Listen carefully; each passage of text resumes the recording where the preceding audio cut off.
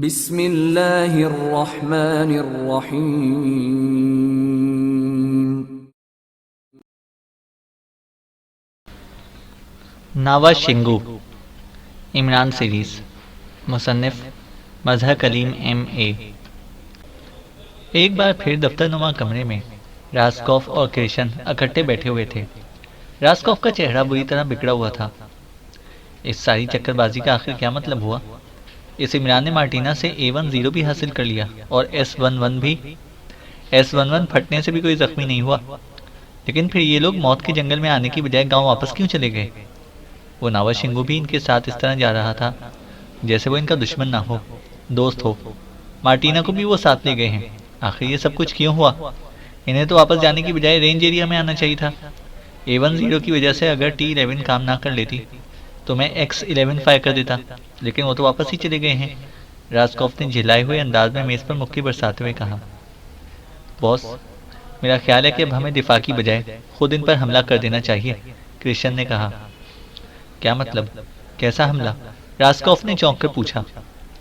Special air मशीनों के जरिए टीम इस गांव तक की सरहद तक भेजी जा सकती है। इन पर मकामी मेकअप किया जा सकता है और फिर ये लोग गांव में जहां भी मौजूद हों, इन पर खौफनाक बम बरसाकर इनका खात्मा कर दिया जाए। क्रिश्चियन ने कहा। लेकिन इस तरह राज लीक आउट हो जाएगा, रास्कॉफ ने कहा। बॉस, अगर इसे इमरान और इसके साथियों का फौरी खात्मा ना किया गया तो ये सारा अड्डा तबाह हो जाएगा। आप राज लीक आउट होने की बात कर रहे हैं? इमरान अब तक इसलिए टामकटुइयां मार रहा है कि वो इस अड्डे तक पहुंच ही नहीं पा रहा, लेकिन अब मार्टिना के इसके कब्जे में आ जाने के बाद हमारे लिए हकीकी खतरा पैदा हो गया है।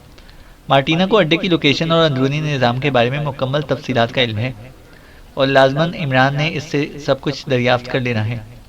इसके साथ साथ इसके मार्टिना से रेंज एरिया में नस्ब मशीनरी की तफसीलात भी हासिल कर लेनी है। क्रिश्चियन ने तफसील बताते हुए कहा। तुम ठीक कह रहे हो। मेरे जहन में वाकई ये पहलू ना आया था, लेकिन मार्टिना को भेजने का प्लान तुमने बनाया था और तुम्हारी वजह से अड्डा हकीकी खतरे से दो चार हो गया है। रास्कॉफ का लहजा यकलख्त बेहद सर्द हो गया। वो प्लान जिस तरह बनाया गया था बिल्कुल दुरुस्त था, लेकिन मार्टिना अहमकों की तरह इसके पास दौड़ी चली गई। हालांकि इसे इस तरह सामने आना चाहिए था कि जैसे अचानक सामने आ गई हो। फिर इसने A10 की हिफाजत भी ना की, इसलिए ये उल्टा चक्कर चल गया है, क्रिश्चियन ने जवाब दिया। मेरे जहन में एक और तजवीज़ आई है जिससे सांप भी मर जाएगा और लाठी भी ना टूटेगी। अचानक नारोफ बोल पड़ा। वो अब तक खामोश बैठा हुआ था। कैसा प्लान? रास्कॉफ ने चौंक कर इसकी तरफ देखते हुए कहा। क्रिश्चियन भी हैरत से इसकी तरफ देखने लगा। बॉस, हम ख्वामख्वाह इस इमरान और इसके साथियों को इतनी अहमियत दे रहे हैं, क्यों ना हम अड्डे को जीवन से मुकम्मल तौर पर कैमोफ्लेज कर दें। इस तरह अगर वो यहाँ अड्डे के ऊपर भी आ जाएंगे तब भी वो किसी सूरत में अड्डे में दाखिल ना हो सकेंगे और हम इत्मीनान से अपना काम करते रहेंगे। हमारा मिशन अब तकरीबन मुकम्मल होने के करीब है। ज़्यादा से ज़्यादा 2 हफ्तों का काम बाकी है।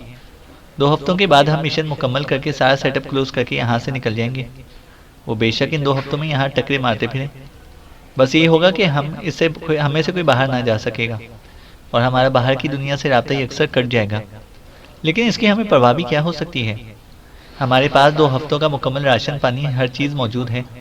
इस तरह मार्टिना वाला खतरा भी खत्म हो जाएगा, नारोफ ने कहा।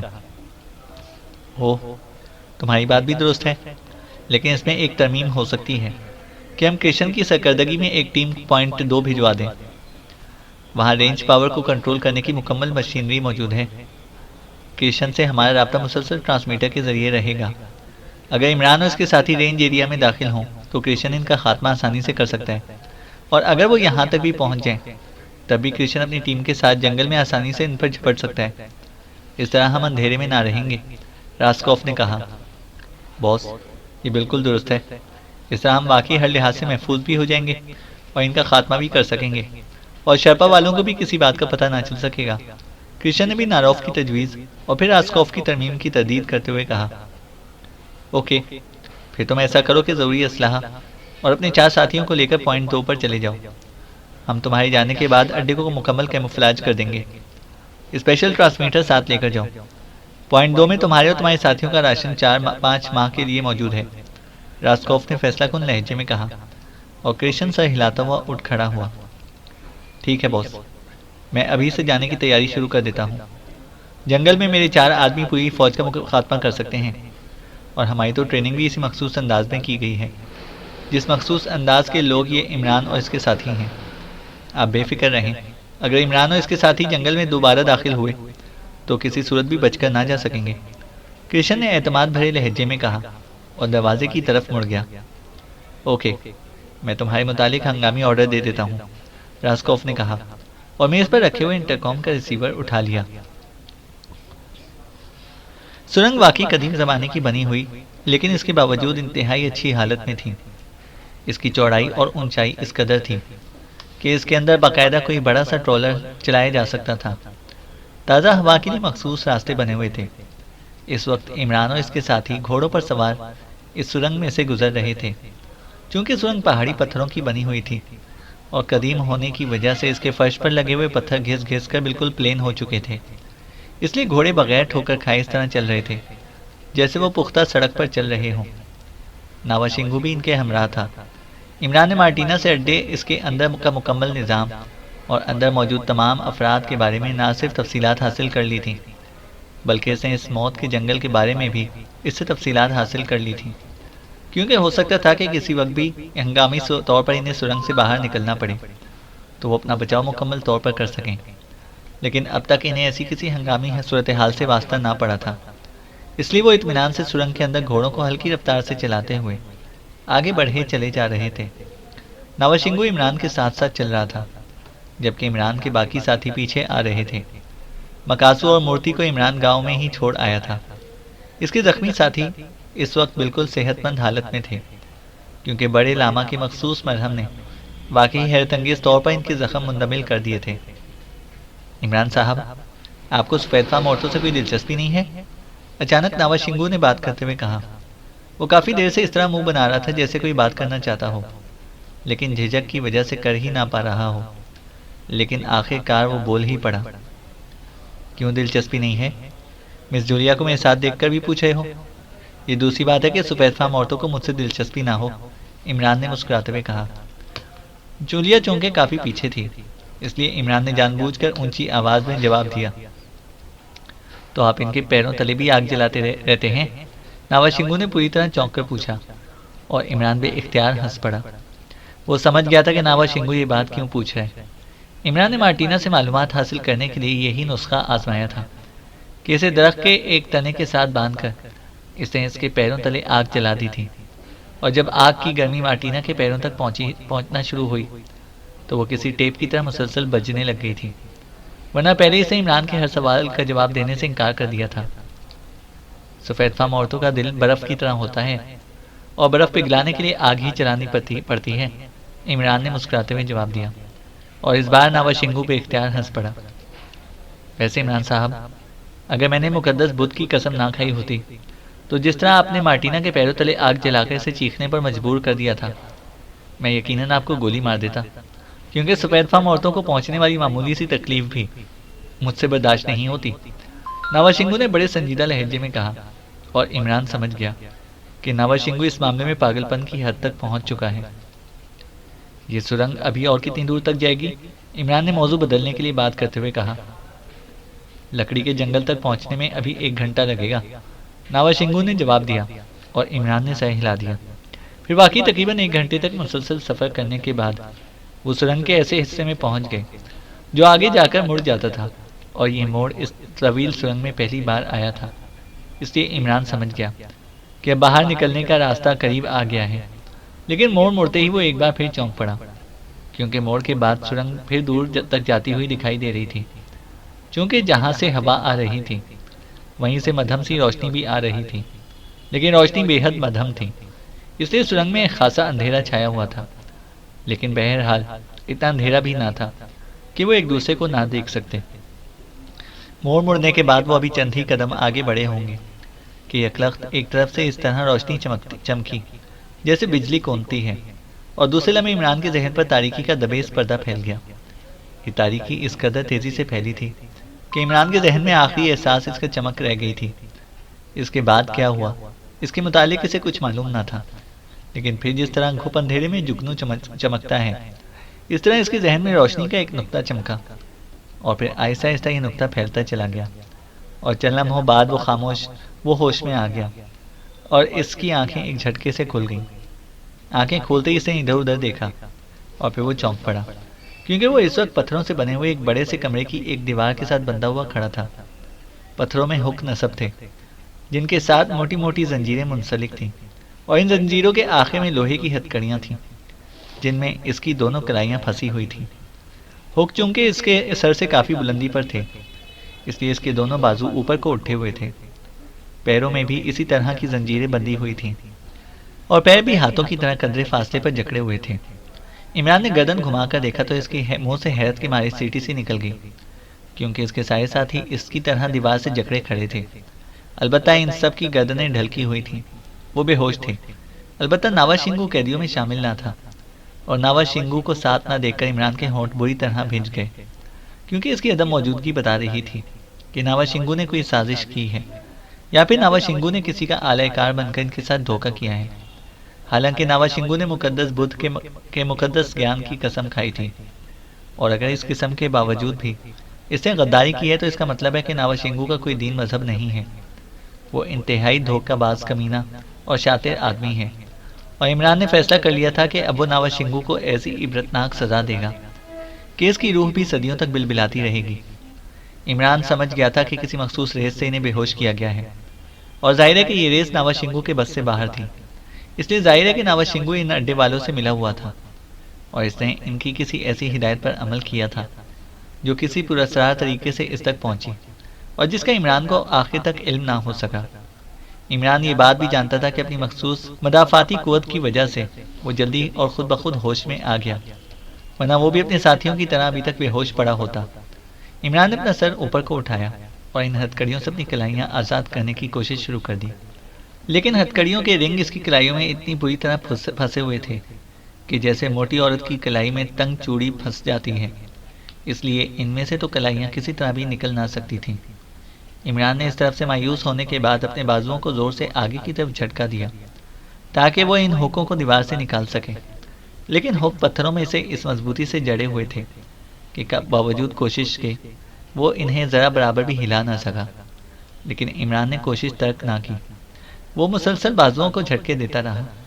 जंजीरों के हिलने की वजह से कमरा इनकी खड़खड़ाहट से गूंज रहा था कि इसे यकलख्त दूर से दौड़ते हुए कदमों की आवाज़ सुनाई दी, और इमरान ने कोशिश तर्क कर दी। सामने वाली दीवार में दरवाजे की बजाय खलासा था, और खला की दूसरी तरफ वही सुरंग नजर आ रही थी। इसका मतलब था कि ये कमरा इस सुरंग के अंदर ही किसी खास मकसद के लिए बनाया गया था। दौड़ते हुए कदमों की आवाज़ें करीब आ गईं, और फिर दरवाजे पर एक काफिरिस्तानी नमूदार हुआ, और इसे देखकर इमरान चौंक पड़ा, क्योंकि वो इसे जानता था कि काफिरिस्तान की मिलिट्री इंटेलिजेंस का एजेंट कृष्ण था। कृष्ण के पीछे नावा शिंगू था, जिसके चेहरे पर बड़ी तंजिया सी मुस्कुराहट थी। तुम्हें खुद ब खुद कैसे होश आ गया इमरान? कृष्ण ने आगे बढ़ते हुए हैरत भरे अंदाज में इमरान को देखते हुए कहा। तुम्हारे जैसे सुपर एजेंट के इस्तकबाल के लिए किसी न किसी को तो होश में आना ही चाहिए था ना? इमरान ने मुस्कुराते हुए जवाब दिया। ओह, तो तुम मुझे पहचानते हो? कृष्ण ने चौंक कर पूछा। अच्छी तरह। तुम्हारा नाम कृष्ण है, और तुम काफिरिस्तानी मिलिट्री इंटेलिजेंस के एजेंट हो, और अब मैं तुम्हारे पीछे खड़े हुए इस नावा शिंगू को भी अच्छी तरह पहचान गया हूँ। हालांकि इसे मुकद्दस बुद्ध के मुकद्दस ज्ञान की कसम खाकर वादा किया था कि ये हमसे गद्दारी ना करेगा। इमरान ने बड़े तंजिया लहजे में कहा। मैंने तुमसे कोई गद्दारी नहीं की। मुझे तो खुद मालूम नहीं था कि इन लोगों को इस सुरंग के बारे में मालूम है। जब अचानक बिजली चमकी तो मेरा जहन भी तारीक हो गया। फिर जब मुझे होश आया तो उन्होंने मुझे एक जगह बांध रखा था। फिर इन्होंने मुझसे वादा किया कि अगर मैं वो सब बातें बता दूं जो तुमने मार्टिना से की हैं, तो ये मुझे ना सिर्फ छोड़ देंगे, बल्कि मुझे सफ़ेद फार्म औरतें भी देंगे, और तुम्हारी सफ़ेद फार्म औरत जूलिया को भी मेरे हवाले कर देंगे। चुनाचा मैंने इन्हें सारी बातें बता दी, नावा शिंगू ने जवाब देते हुए कहा। नावा शिंगू दुरुस्त कह रहा है इमरान। इसे वाकई इल्म ना था कि हमने इस सुरंग का पता निकाल लिया है, और फिर हमने इस सुरंग के एक हिस्से को अपने पॉइंट नंबर 2 के तौर पर इस्तेमाल करना शुरू कर दिया था। इस कमरे के साथ इससे भी बड़े बड़े 4 कमरे मौजूद हैं, जिन्हें शायद लकड़ी को स्टॉक करने की गर्ज से तामीर किया गया था। बहरहाल हिफाजत की गर्ज से हमने सुरंग में हर किस्म के हिफाजती इंतजाम कर लिए थे। नतीजा ये हुआ कि जैसे ही तुम सुरंग में दाखिल हुए, हमें तुम्हारी आमद का इल्म हो गया, और नतीजे में तुम इस हालत में हो।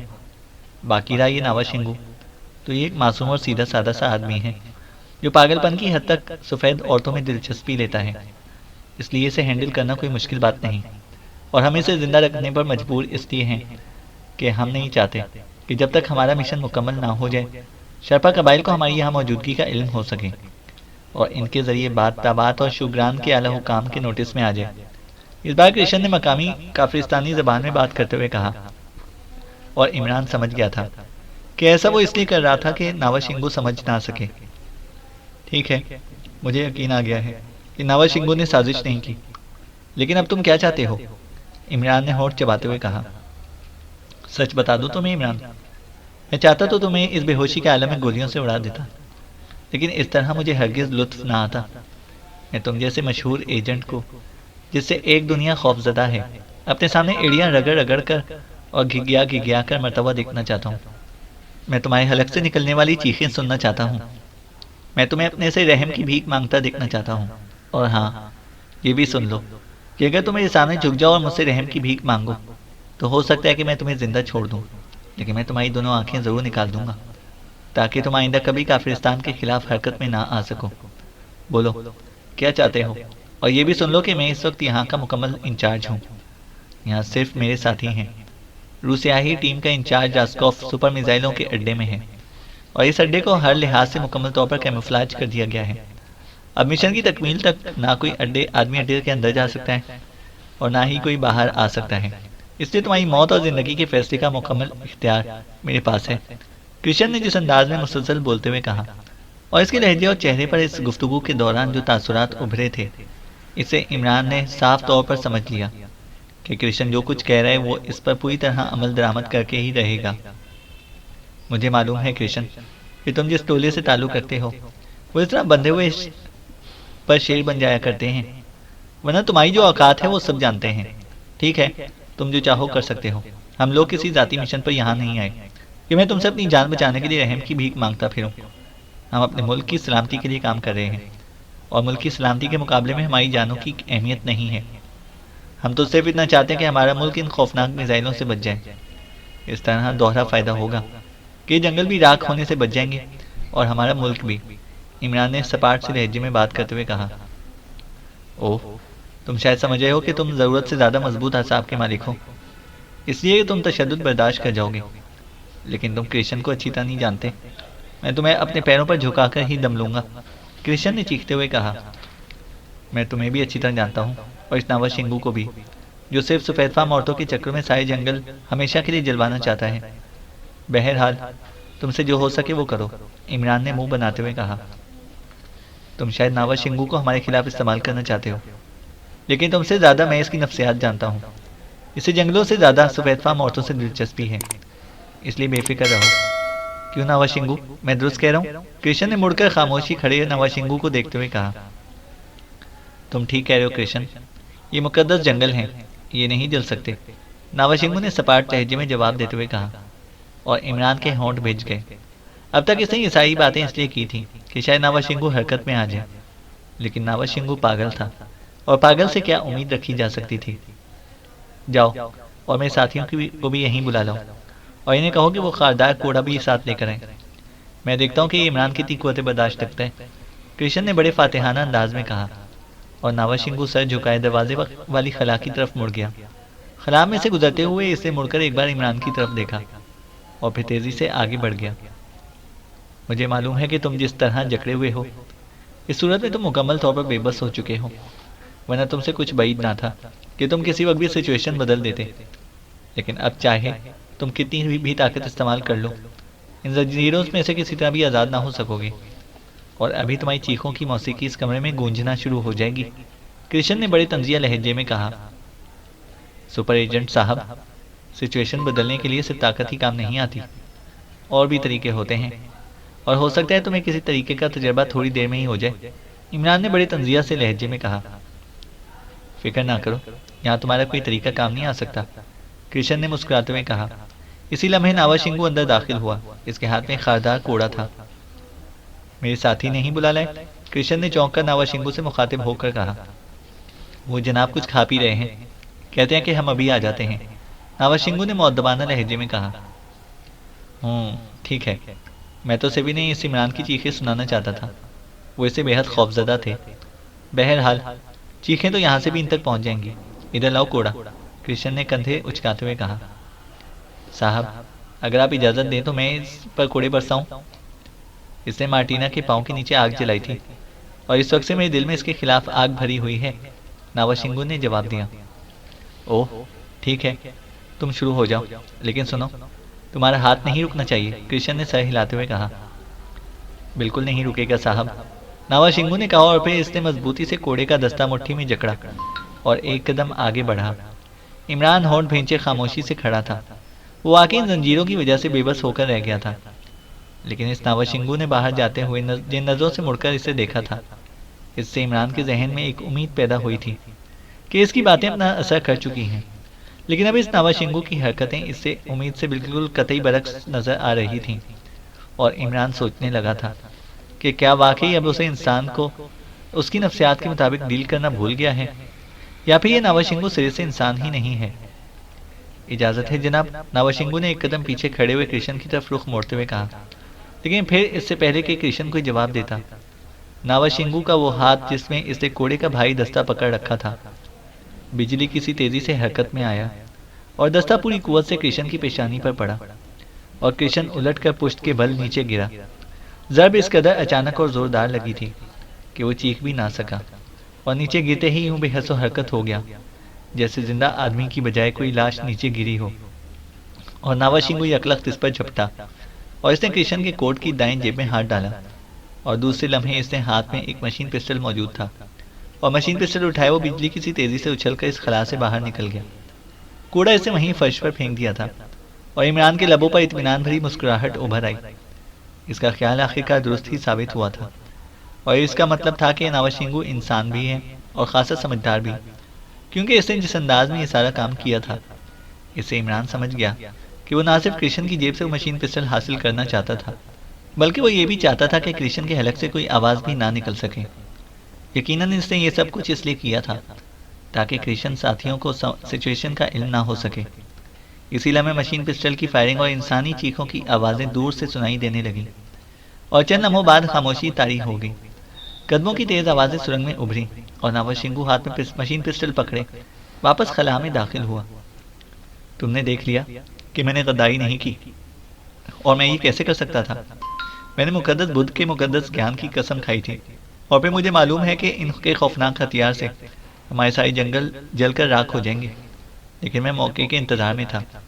मैंने इन्हें बड़ी मुश्किल से यकीन दिलाया था कि मैं इनके साथ हूँ। इस कृष्ण के साथ 4 साथी थे। मैं जब कोड़ा लेने के लिए गया तो इनमें से तो मैंने इनसे कहा कि कृष्ण साहब कह रहे हैं कि वो अपने कमरे से बाहर ना आए, लेकिन मसला ये था कि कृष्ण को मैंने जेब में से मशीन पिस्टल डालते हुए देख लिया था और इसका हाथ भी मुसलसल जेब में था। अगर कृष्ण चीख पड़ता तो लाजमन इसके साथी आ जाते और मैं मारा जाता, इसलिए मैंने इसकी पेशानी पर दस्ते की जोरदार चोट लगाई है ताकि चीखे बगैर बेहोश हो जाए और मशीन पिस्टल भी इस्तेमाल ना कर सके। जब मेरा मकसद पूरा हो गया तो मैंने इसके साथियों को मार डाला। नावाशिंगू ने बड़े इत्मीनान से इमरान को सारी सूरत हाल बताना शुरू कर दी और इमरान खामोशी से इसका ये कारनामा सुनता रहा। मुझे पहले यकीन था नावाशिंगू कि तुम बेहद ज़हीन और अक्लमंद आदमी हो, इसलिए मैं मुतमईन था। बहरहाल अब फायर करके मेरी जंजीरें तोड़ दो ताकि मैं इस जकड़ बंद से तो आज़ाद हो सकूं। इमरान ने सर हिलाते हुए कहा। सुनो, मैंने यहाँ कृष्ण के साथियों की जो बातें सुनी हैं, इनके मुताबिक मेरे जंगलों को कोई नुकसान पहुँचने का अंदेशा नहीं है। और ये भी सुन लो कि मैंने तुम्हारे खिलाफ कोई काम ना करने की कसम खाई थी। ये नहीं कहा था कि मैं तुम्हारे साथ मिलकर इन लोगों से लड़ूंगा। मुझे सबसे ज़्यादा फिक्र अपने जंगलों की थी और इस वक्त मैंने अपनी जान बचाने के लिए कसम खाई थी, लेकिन तुमने एक खंबा के हाथों मुझसे नावाशिंगू के सर पर जूते मरवाए थे। मैं इस बात को ज़िंदगी भर नहीं भूल सकता। मेरा दिल तो कह रहा है कि मैं तुम्हारे जिस्म पर कृष्ण की ख्वाहिश के मुताबिक कोड़े बरसाऊं, लेकिन चूंकि मैंने कसम खाई है इसलिए मैं मजबूर हूँ। अब मैं यहाँ से वापस जा रहा हूँ और तुमने खंबा के हाथों मेरी जो बेइज्जती कराई है, इसके बदले में तुम्हारी सफ़ेद फाम औरत को अपने साथ लेकर जाऊँगा।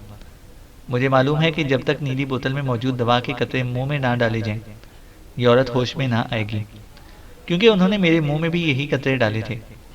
मैं वो बोतल साथ लेकर जा रहा हूँ। वापस जाकर मैं मार्टिना और तुम्हारी सफ़ेद औरत जूलिया को हमेशा अपने साथ रखूँगा, और अगर तुम यहाँ से जिंदा बचकर आ गए तो फिर मैं तुमसे अपना इंतकाम लूँगा, वरना तुम्हारी लाशें यहीं पड़ी रहेंगी नावाशिंगू ने बड़े सर्द लहजे में कहा और तेजी से इस तरफ को बढ़ गया जिधर जूलिया इसी तरह जंजीरों में जकड़ी हुई मौजूद थी। अच्छा, एक काम तो करते जाओ, वो बोतल लाकर मेरे साथियों को होश में तो ले आओ, इमरान ने होंठ चबाते हुए कहा। जिस तरह तुम बगैर दवा के होश में आ गए हो, इसी तरीके से तुम्हारे साथी भी आ जाएंगे, नावाशिंगू ने जवाब दिया। और दूसरे लम्हे कमरा एक बार फिर नावाशिंगू के हाथ में मौजूद मशीन पिस्टल की फायरिंग से गूंज उठा। जंजीरों के टूटने की आवाज़ें भी इसकी फायरिंग में की गूंज में शामिल थीं। दूसरे लम्हे जूलिया बाजुओं की जंजीरें टूटने की वजह से नीचे फर्श पर जा गिरी। नावाशिंगू अब इसके पैरों में बंधी हुई जंजीरें तोड़ने के लिए इस पर झुक रहा था। इमरान का जहन अब तेजी से अपने आप को आज़ाद कराने के बारे में सोच रहा था, क्योंकि नावाशिंगू का किरदार वाकई अजीबोगरीब साबित हो रहा था। वो हर वक्त कलाबाजियाँ खाता रहता था और इमरान जानता था कि अब अगर ये नावाशिंगू बेहोश जूलिया को उठाकर वापस चला गया तो बेहोश पड़ा हुआ कृष्ण होश में आते ही इन सबको गोलियों से उड़ा देगा। लेकिन जिस अंदाज में वो बंधा हुआ था, वो अंदाज ऐसा था कि आज़ादी की कोई तरकीब इसकी समझ में ना आ रही थी और हकीकतन वो इस बार अपने आप को बेबस महसूस कर रहा था। इसीलिए में गोलियां चलने की आवाज़ दोबारा सुनाई दी और इस बार जूलिया के पैरों की जंजीरें भी टूट गईं। दूसरे लम्हे नावाशिंगू ने हाथ में पकड़ा हुआ मशीन पिस्टल अपनी जेब में डाल लिया और झुककर बेहोश जूलिया को उठाकर अपने कंधे पर लाद लिया। सुनो नावाशिंगू, क्यों ना हम नया मुआहिदा कर लें, इमरान ने इसके मुड़ते ही कहा। मुआहिदा? कैसा मुआहिदा? नावाशिंगू ने दरवाजे की तरफ बढ़ते बढ़ते रुककर हैरत भरे लहजे में पूछा। सुनो, मैं जानता हूँ जूलिया को जैसे ही होश आएगा वो तुम्हारे लिए एक मुश्किल औरत बन जाएगी, इसलिए क्या ये बेहतर नहीं है कि जूलिया अपनी रजामंदी से सारी उम्र तुम्हारे पास रहने के लिए तैयार हो जाए, इमरान ने कहा। इसकी तुम फिक्र ना करो, औरतों को सीधा करना मैं जानता हूँ। सफ़ेद फाम औरतें तो बेहद बुज़दिल होती हैं। मैंने तो शरफा और खंबा की बड़ी बड़ी सख्त मिजाज और इंतहाई लड़ाका औरतों को भेड़े बनाया है, नावाशिंगू ने बड़े फ़ख्रिया लहजे में कहा। तुम्हें अपने मुतालिक शदीद गलतफहमी है नावाशिंगू। जूलिया तुमसे हरगिज़ सीधी नहीं हो सकती, ये हमेशा टेढ़ी ही रहेगी। अगर तुम्हें मेरी बात पर शक हो तो बेशक आजमा कर देख लो, इमरान ने ऐसे लहजे में कहा जैसे इसे चैलेंज कर रहा हो। वो जिस हद तक भी इस नावाशिंगू को समझा था, इस हद तक इसकी नफ्सियात को इस्तेमाल करने पर मजबूर था। तो मुझे चैलेंज कर रहे हो? मुझे, नावाशिंगू को? ठीक है, मुझे यहाँ पर कोई खतरा नहीं है, मैं भी तुम्हारे सामने इस औरत को भेड़ बना सकता हूँ, लेकिन एक शर्त है कि अगर मैं कामयाब रहा तो फिर मेरी मुकद्दस खुद वाली कसम खत्म, नावाशिंगू ने तेज लहजे में कहा। ठीक है, मुझे मंजूर है, इमरान ने फौरन ही इस बात में सर हिलाते हुए कहा। वाह, अब मज़ा आएगा। अब मैं तुम पर कोड़े बरसाकर तुमसे इस बात का इंतकाम ले सकूंगा कि तुमने एक हकीर खंबा के हाथों में नावाशिंगू के सर पर जूते बरसाकर मेरी तौहीन की थी, नावाशिंगू ने बड़े मुस्तरद भरे लहजे में कहा और फिर इसने जूलिया को फर्श पर पटक दिया। इस औरत की मजाल है कि नावाशिंगू के मुकाबले में आ सके। तुम देखना ये किस तरह भेड़ होती है। मैं अभी जाकर वो दवा लेकर आता हूँ, नावाशिंगू ने कहा और फिर तेजी से कदम बढ़ाकर दरवाजे नुमा खला से बाहर निकल गया। इमरान अब यही दुआ कर रहा था कि जूलिया के होश में आने से पहले ये कृष्ण होश में ना आ जाए। इसे मालूम था कि जूलिया के होश में आने के बाद सूरत हाल तब्दील हो जाएगी, लेकिन कृष्ण सिर्फ पेशानी पर चोट खाने की वजह से बेहोश हुआ था। वो किसी भी वक्त होश में आ सकता था। इस वक्त इसे भी इस कृष्ण की तरफ से ही खतरा था। चंद लम्हों बाद ही नावाशिंगू वापस आया तो इसके हाथ में एक छोटी सी बोतल थी जो गहरे नीले रंग की थी। इस पर जो लेबल लगा हुआ था, इसे देखकर इमरान बेख्तियार चौंक पड़ा, क्योंकि इस पर साइनाइड, जहर के अल्फाज और मौत का मखसूस निशान साफ नजर आ रहा था। अरे अरे नावाशिंगू, ये तुम गलत बोतल लेकर आए हो, ये तो जहर है, कातिल जहर, इमरान ने यकलख चीखते हुए कहा। नहीं, यही होश में लाने वाली बोतल है, मुझे मालूम है। अभी देखो कि ये औरत कैसे होश में आती है, नावाशिंगू ने मुतमईन अंदाज में कहा और इसके साथ ही इसने शीशी का ढक्कन खोलना शुरू कर दिया। अब तो इमरान की जान पर बन गई, क्योंकि पागल नावाशिंगू इस तरह जूलिया को यकीनन मौत के मुंह में धकेल देता। अरे अरे रुक जाओ नावाशिंगू, ये जहर है, कातिल जहर, इमरान ने बेख्तियार चीखते हुए कहा। कुछ भी है, बहरहाल इससे ये लड़की होश में आ जाएगी, नावाशिंगू अपनी जिद पर अड़ा हुआ था। इसने ढक्कना खोला और फिर इसने बोतल जूलिया के मुंह की तरफ बढ़ाई और इमरान के होंठ भींच गए। इसकी आंखों से गुस्से की शिद्दत से शोले निकलने लगे। इसने लाशौरी तौर पर अपने बाजुओं को जोर से आगे की तरफ झटका दिया, लेकिन जंजीरें सिर्फ खड़खड़ा कर रह गई। नावाशिंगू ने जो इस दौरान साइनाइड जहर के कतरे जूलिया के मुंह में डालने के लिए एक हाथ से इसके जबड़े भेजने में मसरूफ था, ताकि बेहोश जूलिया का मुंह खुल सके। जंजीरों की खड़खड़ाहट सुनकर चौंककर इमरान की तरफ गर्दन मोड़कर देखा। रुक जाओ, तुम्हें मुकद्दस बुद्ध की कसम, रुक जाओ। ये वो शीशी नहीं है, तुम गलत शीशी लेकर आए हो। इसका एक कतरा भी अगर जूलिया के मुंह में गया तो जूलिया दूसरे लम्हे मुर्दा हो जाएगी, और जाहिर है कि मुर्दा सफेद फार्म औरत तुम्हारे किसी काम की ना हो सकेगी। इमरान ने इतने जोर से चीखते हुए कहा कि इसकी आवाज भर्रा गई। तुम ख्वामख्वाह चीखे जा रहे हो, बेवकूफ आदमी। जब मैं कह रहा हूँ कि यही बोतल है तो फिर यही बोतल होगी, नावाशिंगू ने बुरा सा मुंह बनाते हुए कहा। अच्छा, कृष्ण पर तजर्बा कर लो, वो भी तो बेहोश पड़ा है। अगर वो होश में आ गया तो मैं मान जाऊंगा, और अगर वो मर गया तो तुम मान जाना, इमरान ने फौरन ही कहा। अरे हाँ, ये कृष्ण तो वाकई बेहोश पड़ा है, ये मरा तो नहीं है। मुझे तो ख्याल ही ना रहा था। बहरहाल अभी तो बेहोश पड़ा है, इस औरत को होश में लाने के बाद इसे भी मार दूंगा, नावाशिंगू ने सर हिलाते हुए कहा, और एक बार फिर जूलिया की तरफ मुतवज्जा हो गया। वो मुसलसल अपनी जिद पर अड़ा हुआ था, और इमरान की वाकई जानवर बन गई थी। इस कदर खतरनाक सूरत हाल से वाकई जिंदगी में पहले इसका वास्ता ना पड़ा था। इसे मालूम था कि एक कतरा हकीकतन जूलिया की जान ले लेगा। इसके जहन में धमाके से होने लगे। जूलिया का इसके सामने इस तरह मौत के मुंह में चले जाना इसके लिए नाकाबिले बर्दाश्त था, लेकिन वो बेबस और मजबूर खड़ा था। नावाशिंगू ने इस दौरान जूलिया के जबड़ों को भेजकर इसका मुंह खोल लिया था, और अब वो शीशी इसके खुले हुए मुंह के ऊपर लेकर टेढ़ा कर रहा था।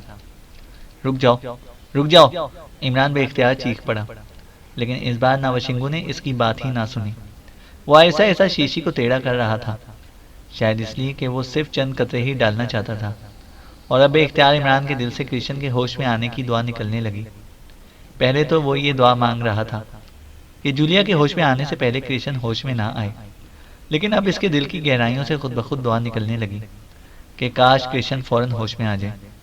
बाद में जो होगा सो होगा, लेकिन कम से कम जूलिया फौरी तौर पर तो इस पागल के हाथों और इमरान के सामने मौत के मुंह में जाने से तो बच जाएगी। लेकिन ये जरूरी तो नहीं होता कि हर दुआ ही कबूल हो जाए। ना ही कृष्ण में होश में आया, और ना ही नावाशिंगू का हाथ रुका। वो मुसलसल हाथ टेढ़ा करता चला गया, और अब शीशी इस पोजीशन में आ गई कि जूलिया की मौत हर सूरत में यकीनी हो गई थी। इमरान ने बेख्तियार आंखें बंद कर ली। इसका सांस धोंकने की तरह चल रहा था। जहन में जूलिया की मौत के तस्वुर से जैसे आतिश फिशां से मुसलसल फट रहे थे। बेबस और बेचारगी के शदीद तरीन एहसास की वजह से इसका पूरा जिस्म पसीने में इस तरह डूब गया था जैसे वो अभी नहाकर बाहर निकला हो। लेकिन बहरहाल हकीकत हकीकत ही होती है, और कैफियत कैसी भी हो, बहरहाल हकीकत को नहीं बदल सकती। और जूलिया की मौत अब हकीकत का रूप धार चुकी थी। इमरान को मालूम था कि अब जबकि आंखें खोलेगा तो जूलिया की लाश ही इसके सामने होगी।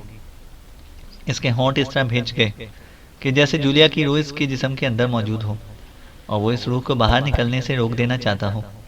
इमरान की अपनी बेबसी और जूलिया की यकीनी मौत दोनों इंतहाई खौफनाक हकीकतों के बैकवक्त वकूपजी होने की वजह से इमरान के जहन में जो खौफनाक कशमकश पैदा हुई, इसे इमरान का जहन भी ज़्यादा देर बर्दाश्त न कर सका, और कुदरती रद्द-ए-अमल के तौर पर इमरान के जहन पर तारीकी छाने लगी।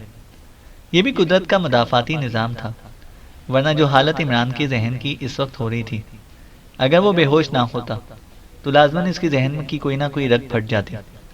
बहरहाल बेहोशी से इमरान को इस फौरी अजाब से वक्ती तौर पर ही सही छुटकारा ज़रूर हासिल हो गया, लेकिन जाहिर है कि इमरान के बेहोश हो जाने से हकीकत तो ना बदल सकती थी। वो जूलिया को तो मौत से ना बचा सका, अलबत्ता खुद उसकी गर्दन ढलक गई। चैनल को सब्सक्राइब करें और बेल आइकन को प्रेस करें ताकि हमारी हर अपडेट आपको बर वक्त मिल सके।